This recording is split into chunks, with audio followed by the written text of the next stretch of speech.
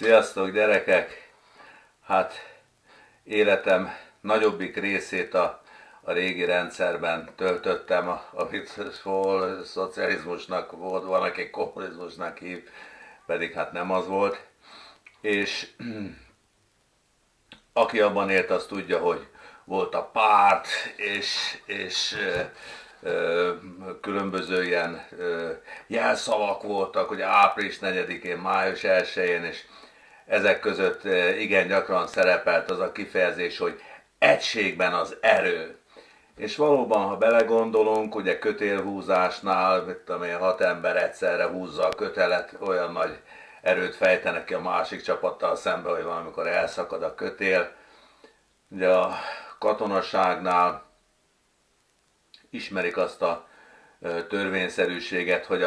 az azonos hullámhosszú rezgések erősítik egymást, megsokszorozzák, és a katonák, amikor menetelnek, egyszerre menetelnek, az egy hatalmas nagy erőt sugároz, és vezényel az őrmester vagy a százados, hogy 1, 2, 1, ugye egyszerre lépnek, de hogyha egy hídhoz közelednek, akkor előtte ki kell adni azt a vezényszót, hogy ne tarts lépést. Mert ha lépést tartanának a katonák, tehát egyszerre lépnének, akkor bizony nagy a veszélye annak, hogy leszakadna a híd. Ugye Amerikában le is szakadt egy olyan híd, amit egy szél, egy kanyonban a szél fújt, és pont azzal a rezgésszámmal fújt, ami a híd anyagának a rezgésszáma volt, és akkor emiatt ugye leszakadt, elkezdett így kígyózni, és leszakadt, és hát bizony látjuk, hogy ezek a gondolatok nem halnak ki még a rendszerváltás után sem, és az élet minden területén ugye a családok összetartásáról, a házastársi egységről is beszélünk, hogy Jézus is azt mondja a házasulandókról, hogy egyek lesznek, a férfi a nő, vagy a nő a férfihez megy, és akkor utána egyek lesznek. Na most hát különböző hasonló érdeklődésű emberek, hogy összejön egy csomó ilyen ezoterikus érdeklődésű ember,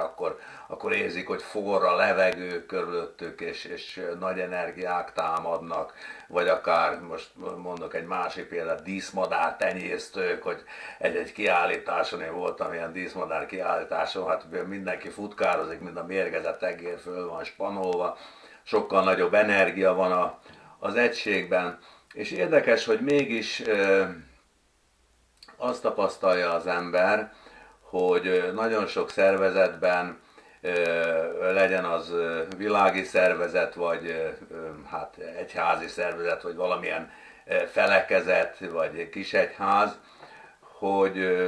szükségük van arra, hogy ellenségképet képezzenek, hogy a külvilággal való szembenállás ugye összekovácsolja az embereket. Hát van olyan az utóbbi, tudom én, 25-30 évben alakult gyülekezet, amelyik ugye azzal definiálta magát, hogy a római katolikus egyházzal áll szemben. Ott van ugye Észak-Korea, amelyik egyébként pöttöm kis ország, legalábbis a földgolyóhoz képest, de hát hogy ők Amerikával szemben szállnak, és ugye azzal tudják elérni azt a nagy összetartást, hogy megsiratják a vezetőjüket, meg tudom én, félmarék rizsen is el vannak és megélnek szegényesen. Tehát ugye a régi úgynevezett szocialista rendszer, ugye a Szovjetunió és az 5 másik ország, ugye azok is azt tartotta őket össze, hogy a nyugat fenyegetés, és érdekes módon meg lehet oldani azt is, hogy ugye fölbomlott a Szovjetunió, fölbomlott a szocialista rendszer, bár valóban ennek egy érdekes mellékjelensége, hogy ugye fölbomlott nem volt, a Gorbacsov azt mondta, hogy ne ellenségeskedjünk Amerikával, és utána ugye a belső egység és az összetartás megszűnt, és ugye kívülről egy monolit blokknak tűnt